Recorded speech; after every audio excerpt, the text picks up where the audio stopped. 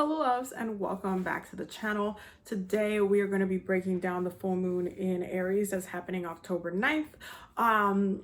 And we have quite a bit to cover. We have, some retrogrades that are ending, which, is a little bit nice.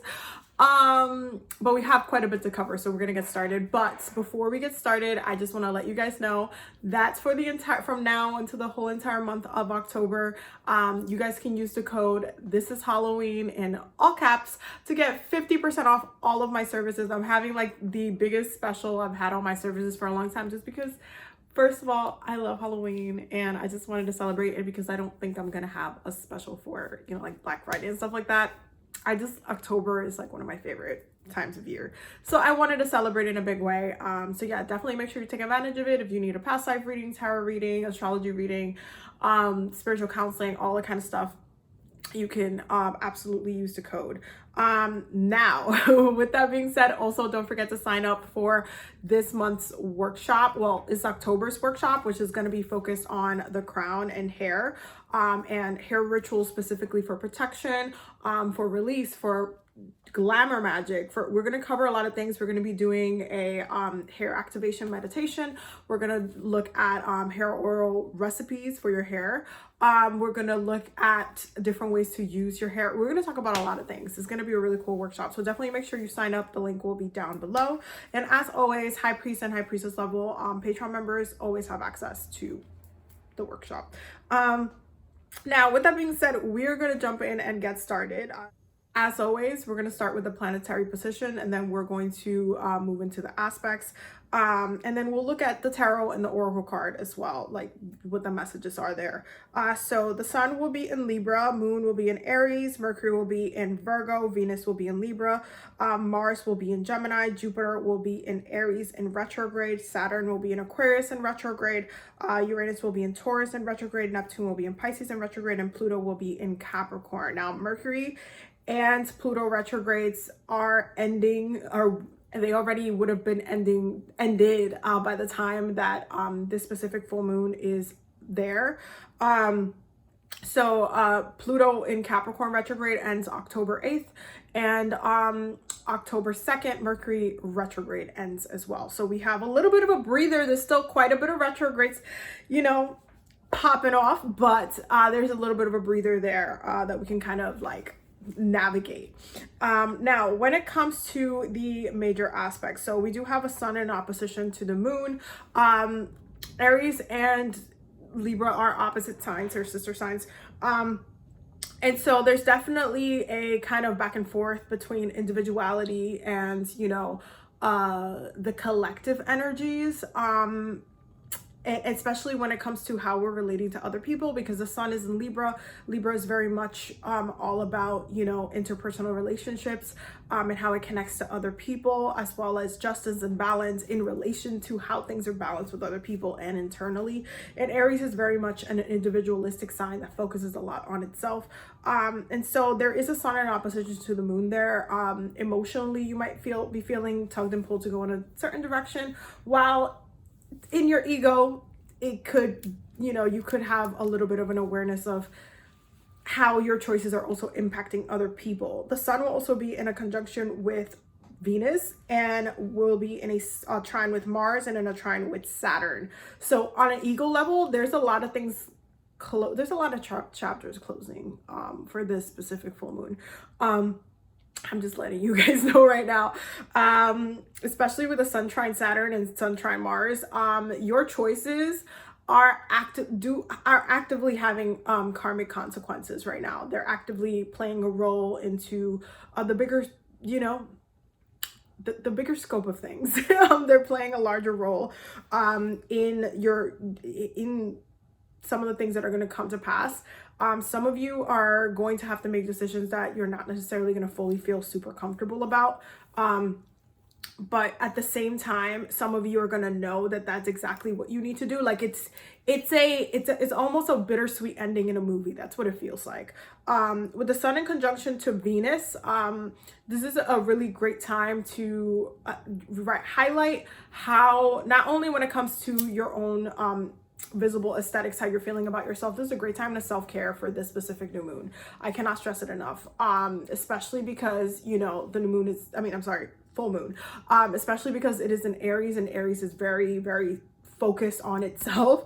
But the sun being a Libra amplifies that Venusian energy and that need to have things within yourself be in balance first and foremost. So it's really, really important for you to kind of like slow down and look at how whatever situation you're in is actually impacting you on a personal level, how you're feeling about yourself and how you're navigating those feelings as well.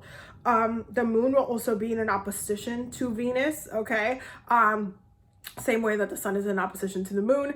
And this is gonna emotionally conflict how you're, how especially the centering that you need to do for yourself is gonna conflict a little bit. This moon is definitely a little bit of a like,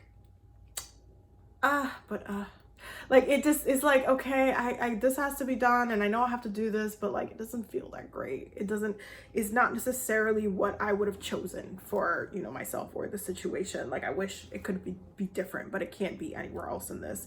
Mercury will also be in a square with Mars, so mentally there are arguments that could come up, especially on a full moon in Aries. Aries is can be combative because Aries is a warrior sign, and you know the sun is in a trine with Mars, so you know there is that energy of telling someone off or exposing the truth or telling something how it is or what it is, like being very blunt about it.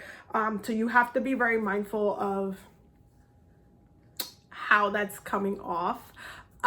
Because not everybody is going to be open to receiving that kind of feedback or those kind of conversations. It will feel a little bit triggering, but it's gonna feel like ripping a band-aid off, like it needs to be done kind of thing. That's ultimately the way that it's going to feel, but there is a little bit of a combative energy. There could be arguments that arise from this as well, and it could be necessary. It's like sometimes you need to have these kind of battles in order to kind of like clear the air, clear the insides, take, you know, all the thoughts out of your head so you can like move forward. Then we have Mercury is in an opposition to Jupiter, and Mercury is also in an opposition to Neptune, okay? So there is definitely larger lessons that are at play here when it comes to how we're processing things. Mercury retrograde would be already out of, you know, it would be over when this full moon is happening. However, it will be in its post shadow phase. So it's still going to be, you know, things are going to slowly still be kind of moving forward. It's like a walk, don't run type of thing. And verbally, communication wise, some of you might end up running a little quickly, especially because we're under an air season, and you know, communication moves quickly, arguments move quickly, they pop off quickly, okay? So there is this energy of kind of doing the opposite of what you know is the right thing to do.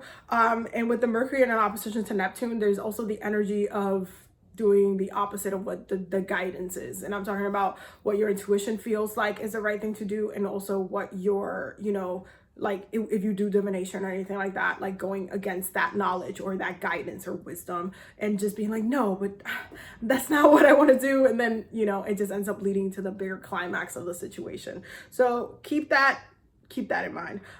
Mercury will also be in a trine with Pluto. And so our words are going to be actively forcing us into transformation. There's a lot happening. Okay. There's a lot happening. It's not just, you know, very much one-sided or anything like that. No, there's a lot happening.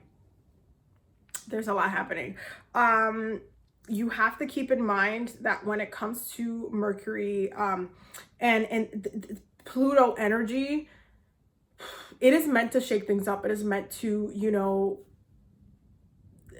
destroy certain things that are no longer like are just dead weight at this point. So our words could trigger an ending. Our words can trigger a big transformation. Our words or somebody else's words can trigger something to happen that was literally, it's like about damn time, right? Venus will also be in a trine with Saturn. So relationship wise, some relationships are going to be ending because Saturn is the planet that is specifically focuses on grounding. If something does not have the stability to keep going or moving forward, then it's gonna be just kind of ripped off. It's not gonna work. So there are certain things that are being, certain things that have been destabilized for a while that will be completely just nope, like nope. So this specific like full moon is like, Aries is such an individualistic sign that's all about the journey, all about being passionate about his life. Like when you have the amplification emotionally of that energy collectively under a season that's all about how we relate to others in our interpersonal relationships, it can literally trigger us to focus on our relationships with ourselves first before we focus on anybody else. So I'm just saying, when it comes to relationships, I would take it easy. If something triggers that, someone needs to be released in some sort of capacity, then that's the plan is for you.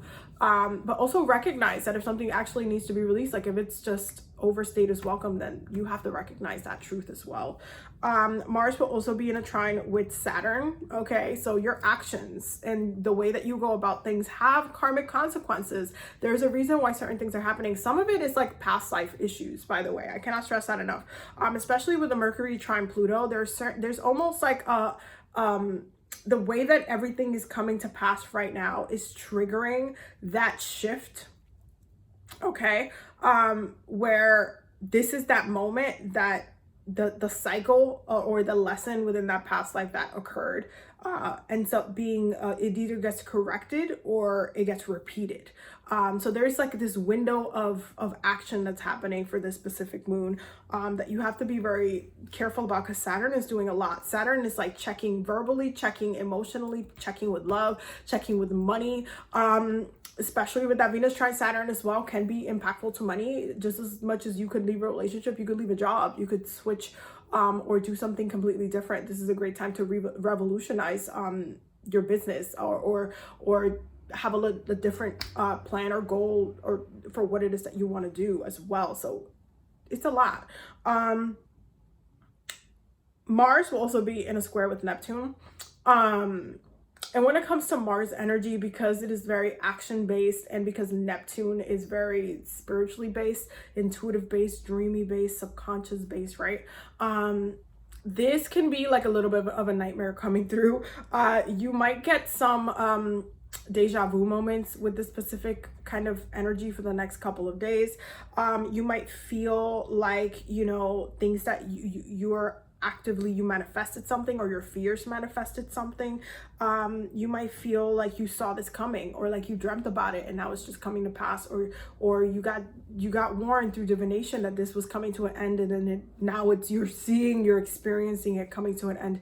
It's a very, very technical time, so you have to be very, again, self-care is very important for this moon, just to make sure that you're okay, that you're navigating, and what needs to be released. It's a great time to do a cord cutting ritual, a great time to do some release work, to cleanse yourself. Always is a great time to cleanse yourself, but definitely making sure that you're not holding on too tight to the things that you're not supposed to have in your life, like at all anymore. Okay. Then we have Saturn in a square with Uranus, which is generational planets actively upgrading us as a generation, shifting things, moving things. Sorry, I moved the camera. Moving things, changing the way that that our generation is supposed to experience things. We are definitely still navigating through a lot of breaking down some ancestral issues that needed to be broken down like a while ago. We're still breaking through generational traumas, awakening generational gifts. There could be issues that are mirroring from our ancestors as well, things that they experienced in their lifetime that has been embedded in our blood and now needs to be addressed. So it's a lot. This it's a lot. Be very gentle with yourself for this moon, y'all. It's not gonna be the super like easy kind of thing. Now when it comes to the cards, like when I tell you,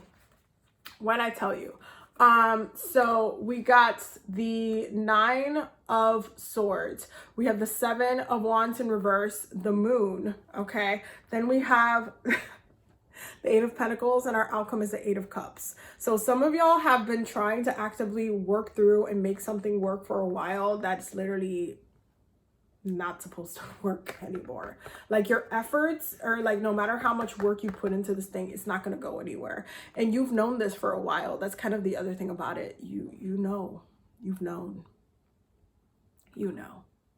for a while. So it's like it's like feeling defeated. There's a sense of feeling defeated. There's a sense of like almost feeling like, oh my God, I did my best, but like, why can't I make this work? You're not supposed to keep this. I'm sorry. Yeah, there's a lot of shifts happening. Don't ignore the divination. This Pisces energy, this moon energy, don't ignore the divination. Deep down inside, you know what your truth is. Deep down inside, you know what needs to get done. Deep down inside, you know what the truth is. Stop. Don't go against what you already know to be true. You're going to make it more difficult for yourself. And the situation's already technically not the best. Bottom of the deck, by the way, we have the Four of Cups, the King of Wands, and the Hangman. Some of you didn't want to have to do this, but it's a necessary process. You see how Saturn is right underneath that? Yeah. Anyway, so for our oracle cards, we have transition unknown and solitude and anxiety, because some of you are leaving situations that you've been very much grounded with for a long time, and it's like scary to have to separate yourself from it. It doesn't feel good. It doesn't feel like how are you going to make it through? It's definitely going to be a little bit of a technical time, but you have to fight for yourself during this time. You absolutely have to fight for yourself. Then we have from Archangel Michael, new beginnings and a fresh start, and forgive yourself. You've done nothing wrong. Because some of you, I think, are still are going to make it seem like you are the biggest problem in the situation, or the whole situation is your fault, or listen, you have to take into account other people's actions in this, but sometimes certain things don't work out, and they just don't work out. They just can't work for whatever reason. And not everything is about you. Not everything is your fault either. And so this fresh start that's happening is not necessarily the way that you would have wanted it, but it's the way it's happening. So it's so hard to say that, but take it easy, y'all. Don't be too harsh on yourself. Take it one day at a time. Be gentle, okay? Be gentle with yourself. I love you guys. I hope you guys got all the messages that you needed. Thank you so much for the Patreon members and everybody who subscribes and supports and just all of the things. I love you guys so much, and I appreciate you guys so much. I hope you guys have a blessed day.